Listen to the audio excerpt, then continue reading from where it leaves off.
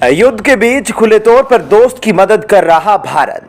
तेल खरीद में भारत ने रचा इतिहास। क्वाड आईपीईएफ से डरा चीन कर रहा नए संगठन का निर्माण।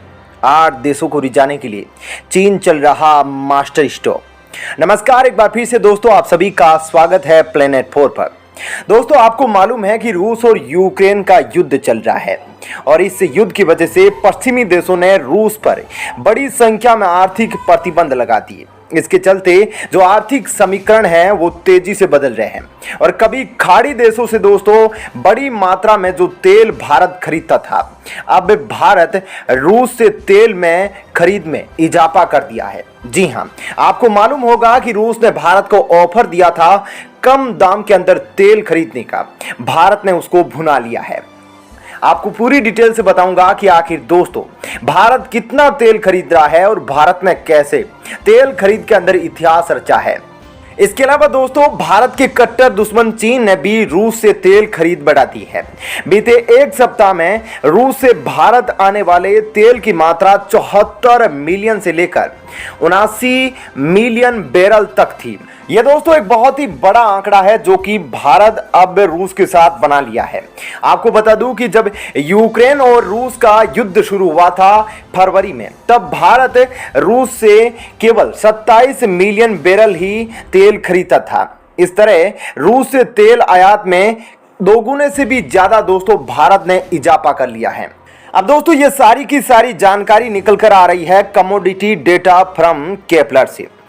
आपको मालूम होगा कि दोस्तों रूस से तेल खरीदने में पहला नंबर अब तक यूरोप का होता था, लेकिन अप्रैल महीने में एशियाई देश उससे आगे निकल गए हैं, यानी कि यूरोप को पीछे छोड़ दिया है। यही नहीं, अनुमान है कि मई में यह आंकड़ा और बढ़ सकता है, यानी कि दोस्तों भारत और भी ज्यादा पेट्रोलियम उत्पाद रूस के साथ खरीदेगा। इस आंकड़े से पता चलता है कि दुनिया में कारोबार का स्वरूप कितनी तेजी से बदला है इस युद्ध की वजह से। दरअसल यूक्रेन पर अटैक के बाद से अमेरिका, ब्रिटेन और यूरोपियन यूनियन की कंपनियों ने रूस पर कई पाबंदियां जड़ दी थी, जिसके चलते दोस्तों रूस ने नए ग्राहकों की तलाश में एशिया की ओर रुख किया। इसका फायदा भारत और चीन जैसे देशों को भी मिला है और वैसे भी आपको पता है कि इन्हें रूस का परम मित्र भी कहा जाता है। और दोस्तों भारत भी इस मौके का जबरदस्त फायदा उठा रहा है और कम कीमत के अंदर अपने तेल भंडार को तेजी से भरने पर काम शुरू कर दिया है। केपलर में कार्यरत और तेल मार्केट की विश्लेषक जैन शेई ने कहा कि एशिया में कई ऐसे देश हैं जो आर्थिक राहत के चलते रूस से तेल खरीद बढ़ा रहे हैं। इसमें राजनीतिक स्टैंड से ज्यादा फायदे की बात शामिल है। हालांकि वह कहती है कि आने वाले वक्त में रूस से भारत की तेल खरीद थोड़ी कम हो सकती है। इसकी वजह अमेरिका की ओर से इस खरीद पर चिंता जाहिर करना है। यानी कि दोस्तों अमेरिका भारत और रूस के बीच ये जो पेट्रोलियम उत्पाद की साझेदारी है उस पर चिंता जता रहा है कि भारत को ऐसा नहीं करना चाहिए। रूस पर हम प्रतिबंध लगा रहे हैं तो भारत भी हमारा साथ दे और यूक्रेन पर जो नरसंहार रूस कर रहा है उसका विरोध करे। दोस्तों जैन सेई कहते हैं कि प्रतिबंधों के दौर में रूस ने बड़े पैमाने पर भारत और चीन को तेल बेचकर राहत पाई है। चीन से भी कहीं ज्यादा खरीद भारत कर रहा है।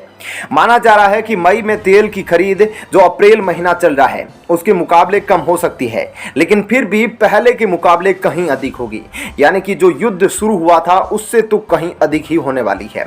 लेकिन दोस्तों सबसे बड़ा सवाल यह है कि जो यूरोपीय देश है और अमेरिका है वह रूस से भारत की तेल खरीद पर सवाल खड़ा कर रहा है। इस पर दोस्तों विदेश मंत्री एस जयशंकर ने भी करारा जवाब दिया था और कहा था कि जितना यूरोप एक दिन में तेल रूस से खरीदता है उतना तो भारत एक महीने में भी नहीं लेता है। उनके जवाब को अमेरिका समेत वैश्विक शक्तियों के लिए एक संकेत माना गया था।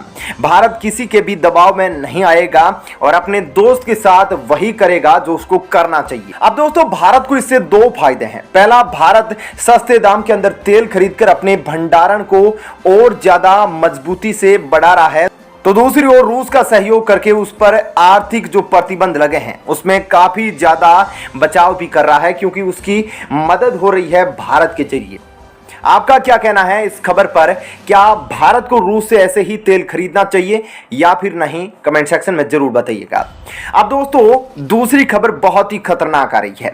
चीन से यह खबर आ रही है जो कि क्वाड मीटिंगों से बौखला गया है।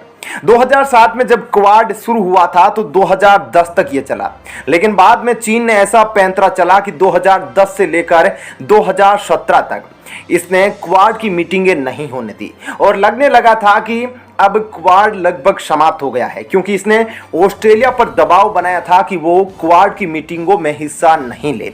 लेकिन अब ऐसा नहीं है। अब 2017 से भारत, अमेरिका, जापान और ऑस्ट्रेलिया ने फिर से इसको शुरू कर दिया है और अब जापान के अंदर जो मीटिंग हुई है, जो IPEF हिंद प्रशांत क्षेत्र के जो देश हैं उन्होंने आर्थिक गठजोड़ बनाया है, उससे चीन बौखला गया है और चीन इसको काउंटर करने के लिए बहुत ही ज्यादा जद्दोजहद कर रहा है। और चीन यह चाहता है कि अमेरिका और भारत उससे पहले जिन देशों को फेवर कर रहे हैं वो पहले ही पहुंचकर उन्हें अपने पाले में मिलाए और चीन के राष्ट्रपति ने इसके लिए प्रयास शुरू कर दिया है। दोस्तों खबरें आ रही है कि चीन के जो विदेश मंत्री है वांग यी, उन्होंने सुरक्षा और व्यापार के नाम पर 10 देशों के साथ समझौता करने की योजना बनाई है। यानी कि दोस्तों इसको काउंटर किया जाएगा ताकि अमेरिका और भारत के हाथ इन पर न पड़ जाए। अपने इस उद्देश्य की दोस्तों प्राप्ति के लिए जो चीन का विदेश मंत्री है वह प्रशांत द्वीपीय देशों का एक बड़ा दौरा शुरू कर दिया है और इसके लिए दोस्तों यह 10 दिवसीय यात्रा करेगा। इस दौरान यह Wang Kiribati, Samoa, Fiji, Tonga, Vanuatu, Papua New Guinea और पूर्वी तिमोर में यात्रा करेगा। यह दौरा दोस्तों ऐसे समय में हो रहा है जब कुछ दिन पहले ही टोक्यो में आपको पता है कि क्वाड शिखर सम्मेलन का आयोजन हुआ था, जिसमें अपने सदस्यों के साथ इससे प्रशांत द्वीप देशों के साथ सहयोग को और मजबूत करने का आह्वान किया गया था। क्वाड में दोस्तों भारत के अलावा जापान, ऑस्ट्रेलिया और अमेरिका जैसे अमीर देश भी शामिल हैं। क्वाड समिट के बाद दोस्तों चीन को चुनौती देने के लिए ऑस्ट्रेलिया की नवनिर्वाचित सरकार भी एक्टिव हो गई है।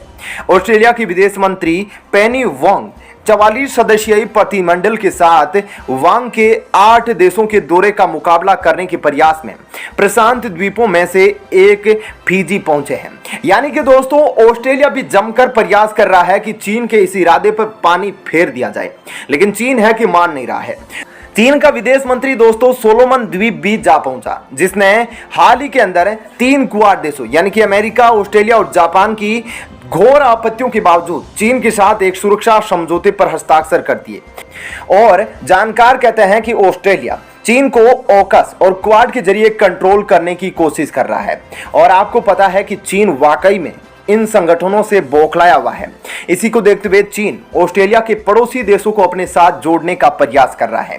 ऑस्ट्रेलिया ने अपने विदेश मंत्री वोंग को फिजी भेजा है क्योंकि चीनी विदेश मंत्री सोमवार को प्रशांत द्वीपीय देशों के साथ एक हाइब्रिड सम्मेलन के लिए वहां पहुंचे हैं।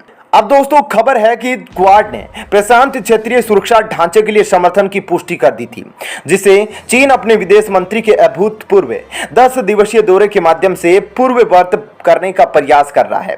ऑस्ट्रेलियाई विदेश मंत्री ने फिजी में पैसिफिक आइलैंड्स फोरम सचिवालय को यह बताकर दूसरा रास्ता अपनाया कि उसकी सरकार प्रशांत द्वीपों की सुनेगी और स्वीकार किया कि कैनबरा ने पहले जलवायु परिवर्तन के साथ प्रशांत देशों के संघर्ष का सम्मान नहीं किया था, लेकिन नई लेबर सरकार और अधिक करेगी, जिसमें जलवायु बुनियादी ढांचे की वित्तपोषण और प्रशांत नागरिकों के लिए ऑस्ट्रेलिया में प्रवास और काम के रास्तों की पेशकश शामिल है। आपका क्या कहना है इस खबर पर जरूर बताइएगा।